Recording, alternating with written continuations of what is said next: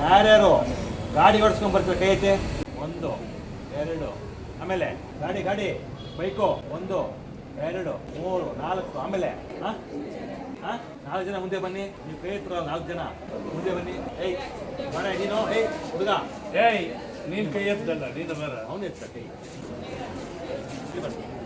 ಹಿಂಗೆ ನನ್ನ ಕಡೆ. ಏಯ್ ಸಾರ್ ಕಡೆ ಏನಪ್ಪ ನಿಮ್ಮದು ವಯಸ್ಸೆಷ್ಟಪ್ಪ? 17 ಎಷ್ಟು 17 10th ಹಾಂ 17 10th ಹಾಂ ಯಾವ ಕ್ಲಾಸ್ ಆಯಿತು. ಎಷ್ಟು ಒಂದು ಲೈಸೆನ್ಸ್ ಒಂದು ಗಾಡಿ ಓಡಿಸ್ಬೇಕಾದ್ರೆ ಒಂದು ಲೈಸೆನ್ಸ್ ಕೊಡ್ತಾರಲ್ಲ, ಲೈಸೆನ್ಸ್ ತಗೊಬೇಕಂದ್ರೆ ಎಷ್ಟು ವರ್ಷ ಆಗಿರ್ಬೇಕಪ್ಪ ವಯಸ್ಸು? ಎಷ್ಟಾಗಿರ್ಬೇಕು? 18 ಆಗಿರ್ಬೇಕಾ? ಎಷ್ಟಾಗಿರ್ಬೇಕಮ್ಮ? 18 ಆಗಿರ್ಬೇಕಾ? ಹಾಂ ಇವ್ರಿಗೆಲ್ಲ ಆಗಿದೆ 18. ಅದು ಹೆಂಗೆ ಓಡಿಸ್ತಾರೆ ಗಾಡಿ ನೀವು? ಪೊಲೀಸ್ ಅಡ್ಡಾಕಿಲ್ಲ, ಈಗಲೇ ಕೇಸ್ ಹಾಕ್ತಾರೆ ನೀವು ಹೋಗಿ. ನೋಡಿ 18 ವರ್ಷ ಒಳಗೆ ಯಾರೂ ಅಷ್ಟೇ ಮಕ್ಕಳೇ ಆಗಲಿ, ಹೆಣ್ಮಕ್ಳು ಗಂಡು ಮಕ್ಕಳು ಯಾರಾಗಲಿ ಸ್ವಲ್ಪ ಕೇಳಿಸ್ಕೊಡ್ರೆ ಇಲ್ಲಿ ಮೇಡಮ್ ಹೋಗಿ ಆ ಕಡೆ. ಹೆಣ್ಮಕ್ಳೇ ಆಗಲಿ ಗಂಡು ಮಕ್ಕಳೇ ಆಗಲಿ ಯಾರೇ ಆಗಲಿ 18 ವರ್ಷ ಒಳಗೆ ಇದ್ದರೆ ನೀವು ಒಂದು ದಿವಸ ಕಮ್ಮಿ ಇದ್ರೆ ಕೂಡ ನೀವು ಗಾಡಿ ಓಡಿಸಂಗಿಲ್ಲ, ಆಯ್ತಾ? 18 ವರ್ಷ ತುಂಬಿ ನೀವು ಲೈಸೆನ್ಸ್ ಮಾಡಿಸ್ಕೊಬೇಕು ನಿಮ್ಮ ಹೆಸರಿಗೆ. ಬೈಕ್ಗೆ ಲೈಸೆನ್ಸ್ ಕೊಡ್ತಾರೆ, ಆಟೋಗೆ ಬೇರೆ ಲೈಸೆನ್ಸು, ಅಥವಾ ಟ್ರ್ಯಾಕ್ಟರ್ಗೆ ಬೇರೆ ಲೈಸೆನ್ಸು, ಬಸ್ಗೆ ಬೇರೆ ಲೈಸೆನ್ಸು, ಲಾರಿಗೆ ಬೇರೆ ಲೈಸೆನ್ಸು, ಕಾರ್ಗೆ ಬೇರೆ ಲೈಸೆನ್ಸು, ಎಲ್ಲದಕ್ಕೂ ಬೇರೆ ಲೈಸೆನ್ಸ್ ಇದೆ. ಅದು ನಿಮಗೆ ಬೈಕ್ ಓಡಿಸ್ತೀವಿ, ನೀವು ಬೈಕ್ ಲೈಸೆನ್ಸ್ ಮಾಡಿಸ್ಕೊಬೇಕು, ಗೊತ್ತಾಯ್ತಾ? ಬೈಕ್ ಲೈಸೆನ್ಸ್ ಮಾಡಿಸ್ಕೊಂಡ್ಮೇಲೆ ನೀವು ಹತ್ತಬೇಕು ಗಾಡಿಗೆ. ಮತ್ತು ಹೆಲ್ಮೆಟ್ ಹಾಕಬೇಕು, ಒಳ್ಳೆ ಹೆಲ್ಮೆಟ್, IS ಹೆಲ್ಮೆಟ್ ಹಾಕಬೇಕು. ಮತ್ತು ಅದಕ್ಕೆ ಪಿನ್ ಸ್ಟ್ರಿಪ್ ಹಾಕಬೇಕು, ಗಾಡಿ ಓಡಿಸ್ಬೇಕು. ಫಸ್ಟು LL ಕೊಡ್ತಾರೆ, LL ಆದಮೇಲೆ ಲರ್ನಿಂಗ್ ಲೈಸೆನ್ಸ್ ಕೊಡ್ತಾರೆ, ಆಮೇಲೆ ಲರ್ನಿಂಗ್ ಲೈಸೆನ್ಸ್ ಆದಮೇಲೆ ಡ್ರೈವಿಂಗ್ ಲೈಸೆನ್ಸ್ ಕೊಡ್ತಾರೆ.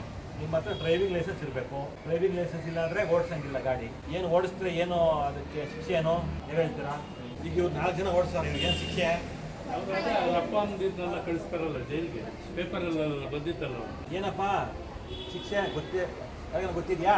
ಶಿಕ್ಷೆ ಕಾನೂನಲ್ಲಿ ಇವರು ಓಡಿಸಿದ್ರೆ ಇವರು ತಂದೆ ತಾಯಿ ಯಾರು ಗಾಡಿ ಕೊಡ್ತಾರಲ್ಲ ಅವರು ಜೈಲಿಗೆ ಹೋಗ್ತಾರೆ, ಇವರು ಜೈಲಿಗೆ ಹೋಗ್ತಾರೆ. 3 ಜನ ಜೈಲಿಗೆ ಹೋಗ್ತಾರೆ. ನಿಮ್ಮ ತಂದೆ ತಾಯಿ ಏನಪ್ಪ ಹೆಸರು? ಆಮೇಲೆ ನಿಮ್ಮ ತಂದೆ ತಾಯಿ ಇಬ್ಬರು ಜೈಲು, ನೀನು ಜೈಲು. ನಿಮ್ಮ ತಂದೆ ತಾಯಿನೂ ಅಷ್ಟೇ, ಅವರು ಯಾರು ಗಾಡಿ ಕೊಡ್ತಾರೆ ಅವರು ಜೈಲಿಗೆ ಹೋಗ್ತಾರೆ, ನೀವು ಜೈಲಿಗೆ ನಡೀರಿ. ನೀವು 4 ಜನ ನಿಮ್ಮ ಗಾಡಿ ಕೊಟ್ಟವರು, ನಿಮ್ಮ ಸ್ನೇಹಿತ ಕೊಟ್ಟರೆ ಫ್ರೆಂಡ್ ಜೈಲಿಗೆ ಹೋಗ್ತಾನೆ. ನಿಮ್ಮ ತಂದೆ ತಾಯಿ ನಿಮ್ಮ ಗಾಡಿ ಕೊಟ್ಟಿದ್ರೆ ನಿಮ್ಮ ತಂದೆ ತಾಯಿ ಜೈಲಿಗೆ ಹೋಗ್ತಾರೆ. ಆ ಥರ ಕಾನೂನು ಇರೋದು, ಅರ್ಥ ಆಯ್ತಾ? ನೀವು ಗಾಡಿ ಓಡಿಸಂಗಿಲ್ಲ.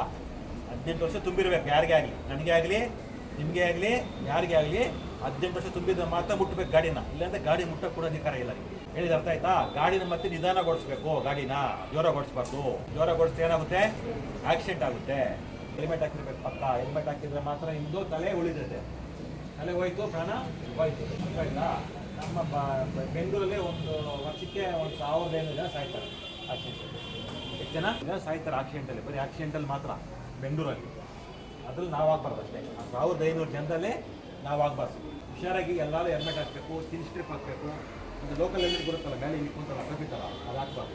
ಅದು ಹಾಕ್ತಾರೆ ಕೆಳಗೆ ಬಿದ್ದಾಗ ನಿಮ್ಮ ತಲೆಗೆ ಏನು ಸೇಫ್ಟಿ ಇರೋಲ್ಲ, ಅರ್ಥವಾಯ್ತಾ? ಎಲ್ಲರೂ ಡ್ರೈವಿಂಗ್ ಲೈಸೆನ್ಸ್ ಮಾಡಿಸ್ಕೊಬೇಕು, ಹುಷಾರಾಗಿ ಓಡಿಸ್ಬೇಕು ಗಾಡಿಗಳು.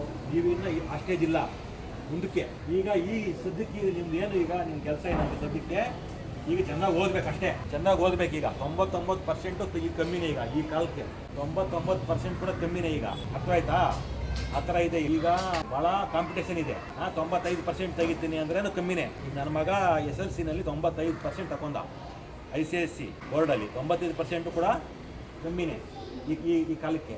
99 ತೆಗಿಬೇಕು, ಇಲ್ಲ 100 ತೆಗಿಬೇಕು. ನೀವು ತೆಗಿತೀರಲ್ಲ, ಓದಬೇಕು. ಆವತ್ತಿನ ಪಾಠ ಆವತ್ತೇ ಓದಬೇಕು.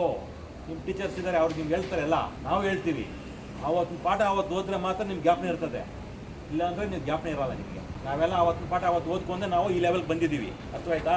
ನಾವು ಇವನ್ನ ಇಲ್ಲಿ ಬೆಂಗಳೂರು ಓದ್ತಾ ಇದ್ದೀವಿ, ನಾವೆಲ್ಲ ಹಳ್ಳಿನಲ್ಲಿ ಹುಟ್ಟಿ ಹಳ್ಳಿನಲ್ಲಿ ಓದಿರೋದು ನಾವೆಲ್ಲ, ಅರ್ಥವಾಯ್ತಾ?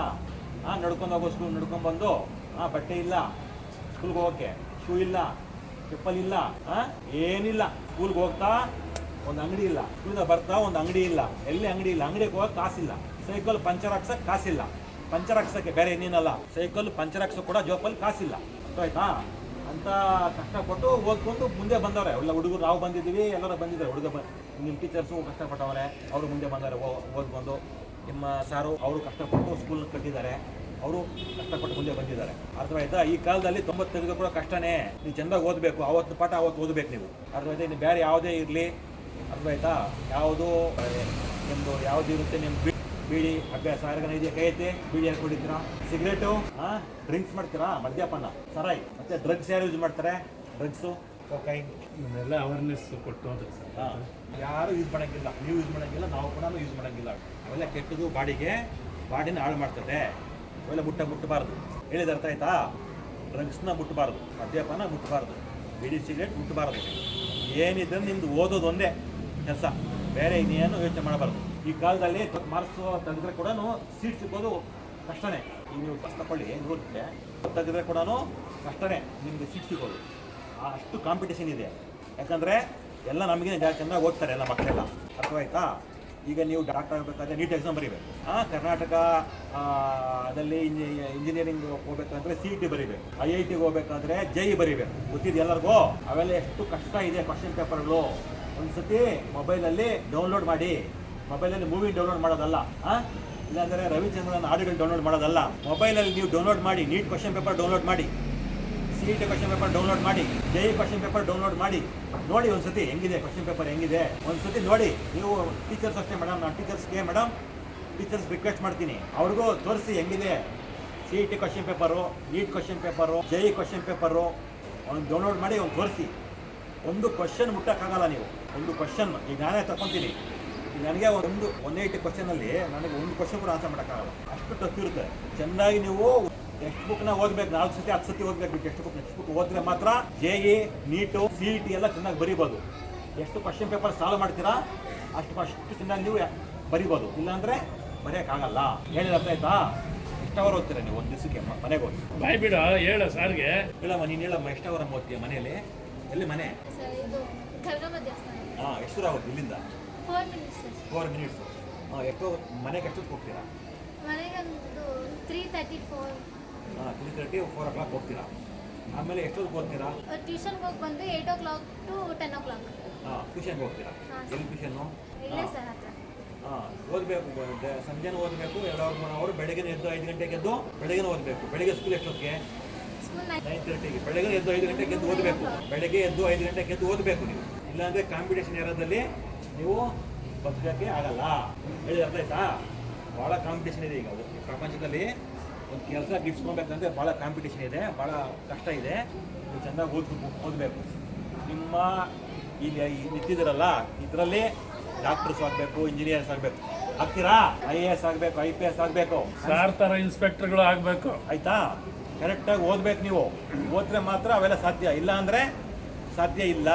ನಿಮ್ಗೆ ಅದೃಷ್ಟ ಇದೆ, ನಿಮ್ಮ ಮನೆ ಪಕ್ಕದಲ್ಲೇ ಸ್ಕೂಲು. ನಾವಾದರೆ ಸೈಕಲ್ ಹೊಡ್ಕೊಂಡು ಹೋಗ್ಬೇಕಾಗಿತ್ತು ಎಲ್ಲೋ ಒಂದಷ್ಟು ದೂರ. ಸೈಕಲ್ ಪಂಚರ್ ಆದರೆ ಪಂಚರ್ ಹಾಕ್ಸೋಕ್ಕೆ ಕಾಸಿಲ್ಲ, ನಮಗೆ ಕೊಡ್ತಾ ಇರಲ್ಲ ಯಾರು. ಒಂದು ಪೆನ್ ಕೇಳಿದ್ರೆ ಕೊಡ್ತಾ ಇರಲ್ಲ ಯಾರು. ಬೇರೆ ಹತ್ರ ಪೆನ್ ತಗೊಂಡು ಬರೆಯೋದು. ನಿಮ್ಗೇನು ಹತ್ರ ಇತ್ತು ಆ ಥರ ಕೊಡ್ತಿರ್ತಾನೆ. ಪೆನ್ನು ಬುಕ್ಸ್ ಎಲ್ಲ ಕೊಡ್ತಿರ್ತಾನೆ. ಯಾರು SLC ಯಾರು ಕೈ ಐತಿ? 10th 10th standard raise your hands. ಇದ್ದಾರೆ ಸರ್. ಎಷ್ಟು ಜನ ಸರ್ ಇರೋದು? 58 ಜನ ಇದೆ. ತಿಳಿಸಿ. 58 ಜನದಲ್ಲಿ 58 ಜನನೂ ತೆಗಿಬೇಕು. 95 ಮೇಲೆ ತೆಗಿತೀರಾ? ನಿಮ್ಮ ಓನರ್ ಸರ್ನ ನೀವು ಅವ್ರ ಶಾಲೆಗೆ ಒಂದು ಹೆಸರು ತರಬೇಕು. ಅರ್ಥ ನಿಮ್ಮ ಬಿಳೆ ಕಳಿಗೆ ಹೆಸರು ತರಬೇಕು. ನಿಮ್ಮ ತಂದೆ ತಾಯಿ ಮೇಯ್ನು, ಅವ್ರಿಗೆ ಹೆಸರು ತರಬೇಕು. ನೀವು ಫಸ್ಟ್, ಆಮೇಲೆ ನೀವು ಉದ್ಧಾರಕ್ಕಾಗಬೇಕು. ಇಷ್ಟಾಗುತ್ತಾ ಮಾಡೋಕ್ಕೆ? ಡ್ರೈವಿಂಗ್ ಲೈಸೆನ್ಸ್ ಬಗ್ಗೆ ಗಮನ ಇರಲಿ, ಹೆಲ್ಮೆಟ್ ಬಗ್ಗೆ ಗಮನ ಇರಲಿ, ನಿಮ್ಮ ತಂದೆ ತಾಯಿ ಬಗ್ಗೆ ಗಮನ ಇರಲಿ, ನಿಮ್ಮ ಟೀಚರ್ಸ್ ಬಗ್ಗೆ ಗಮನ ಇರಲಿ, ನಿಮ್ಮ ಸ್ಕೂಲ್ ಬಗ್ಗೆ ಗೌರವ ಇರಲಿ, ನಿಮ್ಮ ಊರ ಬಗ್ಗೆ ಗೌರವ ಇರಲಿ. ಆಮೇಲೆ ನಿಮ್ಮದು ನೀವು ಲೈಫಲ್ಲಿ ನಿಮ್ಮ ಸ್ವಂತ ಕಾಲ ಮೇಲೆ ನಿಂತ್ಕೊಳ್ಳೋದು ನೀವು ಕಲ್ತ್ಕೊಬೇಕು. ಅರ್ಥವಾಯ್ತಾ? ಈ ಕಾಲದ ಭಾಳ ಕಾಂಪಿಟೇಷನ್ ಇದೆ. ಭಾಳ ಡೇ ಆ್ಯಂಡ್ ನೈಟ್ ಓದ್ಬೇಕು ನೀವು. 10th ಅವರು ಹೇಳಿದ ಅರ್ಥ ಆಯ್ತಾ? ಎಷ್ಟು % ಬರ್ತಾ ಇದೆ ನಿಮ್ಮ 10th ಅವ್ರದ್ದೆಲ್ಲ ಈಗ ಟೆಸ್ಟ್ಗಳಲ್ಲಿ? ಏನಮ್ಮ ಹೇಳಮ್ಮ. ಸರ್ ಪರ್ಸೆಂಟೇಜ್ ಎಷ್ಟು? 120ಗೆ 160. ಯಾವುದರಲ್ಲಿ? ಆಲ್ ಸಬ್ಜೆಕ್ಟ್ಸ್ 20 ಮಾರ್ಕ್ಸ್ ಸರ್ ಈಗ ಇರೋದು ಟೆಸ್ಟ್. 20 ಮಾರ್ಕ್ಸ್ ಎಷ್ಟು ಮಾರ್ಕ್ಸ್ ಬರುತ್ತೆ? 19 above 90. ತೆಗಿಬೇಕು. 195 ತೆಗಿಬೇಕು. 95 ಮೇಲೆ ತೆಗಿಬೇಕು. ಏನಿದೆ ನಿಮ್ಮ ಟೆಕ್ಸ್ಟ್ ಬುಕ್ಕಲ್ಲಿ? ಒಂದು 4 ಸತಿ ಓದಕ್ಕೆ ಬರ್ತದೆ. ಏನೋ ಹೊಸದಾಗಿ ಕಂಡುಹಿಡ್ತೀರ? ಏನಾದ್ರು ಏನು ರಾಕೆಟು ಇಲ್ಲಾಂದ್ರೆ ಏನಾದರೂ ಬೇರೆ ಏನೋ ಕಂಡುಹಿಡ್ತೀರೇನಮ್ಮ? ಏನಿಲ್ಲ ತಾನೇ. ಟೆಕ್ಸ್ಟ್ ಬುಕ್ನ 4 ಸತಿ ಓದಬೇಕು. 4 ಸತಿ 10 ಸತಿ ಓದಿದ್ರೆ ಬರ್ತದೆ ಎಲ್ಲ. ಇಲ್ಲಾಂದರೆ ಬರಲ್ಲ. ಎಲ್ಲ ಬರಿಬೇಕು. ಬುಕ್ ಮುಚ್ಚಿಟ್ಬಿಟ್ಟು ಬರೀಬೇಕೆಲ್ಲ. ಗಣಿತ ಎಲ್ಲ ಬರೆದು ಪ್ರಾಕ್ಟೀಸ್ ಮಾಡಬೇಕು. ಕೆಮಿಸ್ಟ್ರಿ ಫಾರ್ಮುಲಾಸ್ ಬರೆದು ಪ್ರಾಕ್ಟೀಸ್ ಮಾಡಬೇಕು. ಬಯಾಲಜಿ ಡಯಾಗ್ರಾಮ್ಸು ಬರೆದು ಪ್ರಾಕ್ಟೀಸ್ ಮಾಡಬೇಕು. ಹೇಳಿದ ಅರ್ಥ ಆಯ್ತಾ? ನಾವು ಸೈನ್ಸೇ ಓದಿರೋದು, ನೀವು ಸೈನ್ಸೇ ಓದ್ತಾ ಇದ್ದೀರಾ. ನಾವು PUCನಲ್ಲಿ ಸೈನ್ಸ್ ಡಿಗ್ರಿಯಲ್ಲಿ ಸೈನ್ಸ್ ಓದಿದ್ದೀನಿ. ಅದಕ್ಕೆ ನಾನು ನಿಮಗೆಲ್ಲ ಹೇಳ್ತಾ ಇದ್ದೀನಿ ಅಷ್ಟೇ. ಹೇಳಿದ ಅರ್ಥ ಆಯ್ತಾ? ನಾವು ಸೈನ್ಸ್ ನಾವು ಮಾಡಿರೋದು ಡಿಗ್ರಿ ಸೈನ್ಸ್ ಓದಿದ್ದೀವಿ. ಅದಕ್ಕೆ ನಾನು ನಿಮ್ಗೆ ಹೇಳ್ತಾ ಇದ್ದೀನಿ, ಎಲ್ಲ ಬರ್ದು ಕಲೀರಿ.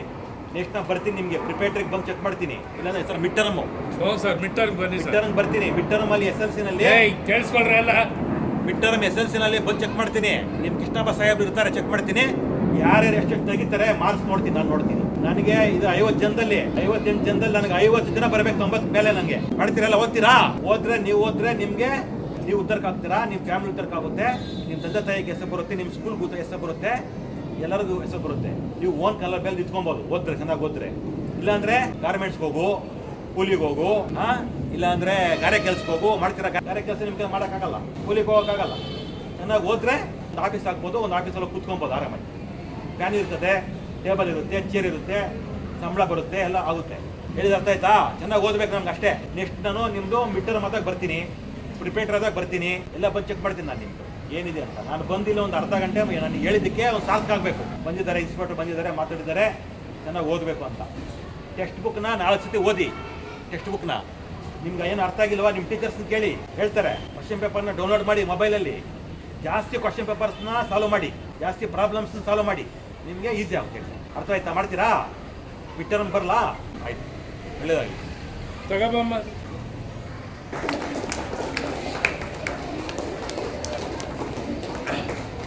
ಎಲ್ಲ ನನ್ನ ಪ್ರೀತಿಯ ವಿದ್ಯಾರ್ಥಿನಿಯರೇ ಹಾಗೂ ನನ್ನ ಶಿಕ್ಷಕ ವೃಂದದವರೇ ಹಾಗೂ ನಮ್ಮ ಮೈಕಲಬೆಟ್ಟು ಸಂಚಾರಿ ವಿಭಾಗದ ಇನ್ಸ್ಪೆಕ್ಟರ್ ಆಗಿ ಹೊಸದಾಗಿ ಬಂದಿರತಕ್ಕಂಥ ಮಂಜುನಾಥ್ ಸರ್ ಅವರೇ ಹಾಗೂ ನನ್ನ ಹೆಸರುಗಳು ಗೊತ್ತಾಯಿತು ಸರ್, ಕುಮಾರ್ ಸರ್ ಅವರೇ, ಇಷ್ಟೊತ್ತು ಸಾರ್ ನಿಮಗೆ ಬೆಲೆ ಕಟ್ಟೋಕ್ಕಾಗದಂಥ ಉಪಯುಕ್ತವಾದ ಒಂದು ಸಜೆಷನ್ಗಳನ್ನು ಕೊಟ್ಟಿದ್ರು. ಸಾರ್ದು ಆನೇಕಲ್ ಪಕ್ಕದಲ್ಲಿ ಮಸೂರು ಅಂತಿದೆ, ಮಸೂರು ಪಕ್ಕದಲ್ಲಿ ಬಂಡಾಪುರ ಅಂತ, ಆ ಊರಿಗೆಲ್ಲ ಹೋಗಿ ಬಂದಿದ್ದೀವಿ ನಾವು. ಸಾಹೇಬ್ರಿಗೆಲ್ಲ ಗೊತ್ತಿದೆ ನಮ್ಮೂರೆಲ್ಲ. ಈಗ ಆ ಹಳ್ಳಿಯಿಂದ ಇಲ್ಲಿವರೆಗೂ ಬಂದು ನೋಡ್ರಿ, ಈಗ ಒಂದು ಏರಿಯಾ ಇನ್ಚಾರ್ಜ್, ಒಂದು ಠಾಣೆ incharge, head of the department ನೋಡ್ರಿ, ಆ ವಿದ್ಯೆ ಅನ್ನೋದು ಯಾವ ಮಟ್ಟಕ್ಕೆ ತಗೊಂಡೋಗ್ತದೆ. ಅದರಿಂದ ಹಲವಾರು ಬಾರಿ ನಿಮ್ಗೆ ಹೇಳಿದ್ದೀನಿ, ಏನೆಲ್ಲ ಬೇಡವೋ ಅವೆಲ್ಲ ಕೊಡುವಂಥದ್ದೇ ವಿದ್ಯೆ. ಬಟ್ ನೀವು ಸಾರ್ ಹೇಳ್ದಂಗೆ ತಂದೆ ತಾಯಿಗೆ ಗೌರವ ಕೊಡಬೇಕು, ಸಂಸ್ಕಾರ ಸಂಸ್ಕೃತಿ ಕೇಳಬೇಕು, ಆರೋಗ್ಯಕರವಾದ ಒಂದು ವಾತಾವರಣದಲ್ಲಿ ಬೆಳಿಬೇಕು, ಆರೋಗ್ಯಕರವಾದ ಶಿಕ್ಷಣ ಕಲಿಬೇಕು, ಆರೋಗ್ಯಕರವಾದ ಸಮಾಜದಲ್ಲಿ ತಲೆ ಎತ್ತಿ ಬಾಳಂಗೆ ಮತ್ತು ಗುರ್ತಿರುವಂಗೆ ನೀವೆಲ್ಲ ಬೆಳಿಬೇಕು. ಈಗಾಗಲೇ ಸುಮಾರು ವಿಡಿಯೋಗಳು ಮಾಡಿ ನಿಮ್ಗೆಲ್ಲ ಹೇಳಿದ್ದೀನಿ. ಸಾರ್ ಹೇಳಿದ್ದಾರೆ ಮಿಡ್ ಟರ್ಮ್ಗೆ ಹಂಗೆ ಬಂದೆಲ್ಲ ಚೆಕ್ ಮಾಡ್ತೀನಂತ, ಚೆಕ್ ಮಾಡ್ತಾರೆ. ಮತ್ತು ಟ್ರಾಫಿಕ್ ಬಗ್ಗೆನೂ ಹೇಳಿದ್ದಾರೆ, ಗೊತ್ತಾಯ್ತೇನಾ? ಡ್ರಗ್ಸ್ ಬಗ್ಗೆ, ಡ್ರಿಂಕ್ಸ್ ಬಗ್ಗೆನೋ ಗಾಂಜಾ ಬಗ್ಗೆ ಎಲ್ಲ ತಿಳುವಳಿಕೆ ಕೊಟ್ಟಿದ್ದಾರೆ. ನೀವೆಲ್ಲ ಅಳವಡಿಸ್ಕೊಳ್ತೀರ ಅಂತೇಳಿ ಸಾರ್ ಥರ ನೀವು ಒಂದು ಆಫೀಸರ್ ಆಗ್ತೀರಾ ಅಂತ ನಂಬ್ತಾ, ಅದು 100% ಸಾಧ್ಯ. ಈಗ ನಮ್ಮ ಶಾಲೆಯಿಂದ ಹೋಗಿರ್ತಕ್ಕಂಥವ್ರೆ MBBSಗಳು ಮಾಡ್ತಾ ಇದ್ದಾರೆ, MBA ಮಾಡ್ತಾ ಇದ್ದಾರೆ, MTech ಮಾಡ್ತಾ ಇದ್ದಾರೆ. ಅದು ಪೂರಕವಾಗಿ ಏನೆಲ್ಲ ಬೇಕೋ ಆ ವೇದಿಕೆನ ನಾವು ನಮ್ಮ ಟೀಚರ್ಸ್, ನಿಮ್ಮ ತಂದೆ ತಾಯಿಗಳು ಒದಗಿಸ್ಕೊಡ್ತೀವಿ. ಬಟ್ ಅದನ್ನು ನೀವು ನಿಮ್ಮ ಮೇಲೆ ನಿಮ್ಮ ನಂಬಿಕೆ ಇಟ್ಟು ಅದನ್ನು ಸರಿಯಾದ ದಾರಿಗೆ ತಗೊಂಡು ಹೋಗೋಂಥ ಜವಾಬ್ದಾರಿ ನಿಮ್ಮ ಕೈಯಲ್ಲಿರ್ತದೆ. ನೀವು ಮಾಡ್ತೀರಾ ಅನ್ನಂತ ನಮ್ಮ ಶಾಲೆಗೆ ಬಂದೆಲ್ಲ ಉಪಯುಕ್ತವಾದ ಬೆಲೆ ಕಟ್ಟೋಕ್ಕಾಗ್ತಿರ್ತಕ್ಕಂಥ ಕೆಲವೊಂದು ಬುದ್ಧಿವಂತಿಕೆಯ ಮಾತುಗಳು ಮತ್ತು ನಿಮ್ಮ ಬದುಕನ್ನು ಕಟ್ಕೊಳ್ಳೋಕ್ಕೆ ಪೂರಕವಾದ ವಿಷಯಗಳು ನಿಮ್ಗೆ ತಿಳಿಸಿದ್ದಾರೆ. ಅದರಿಂದ ನಮ್ಮ ಸಾರ್ ಅವ್ರಿಗೆ ನಮ್ಮ ಶಾಲೆಯ ಪರವಾಗಿ ಈ ಚಿಕ್ಕ ಎಲ್ಲ ಮಾಡ್ತೀರಾ?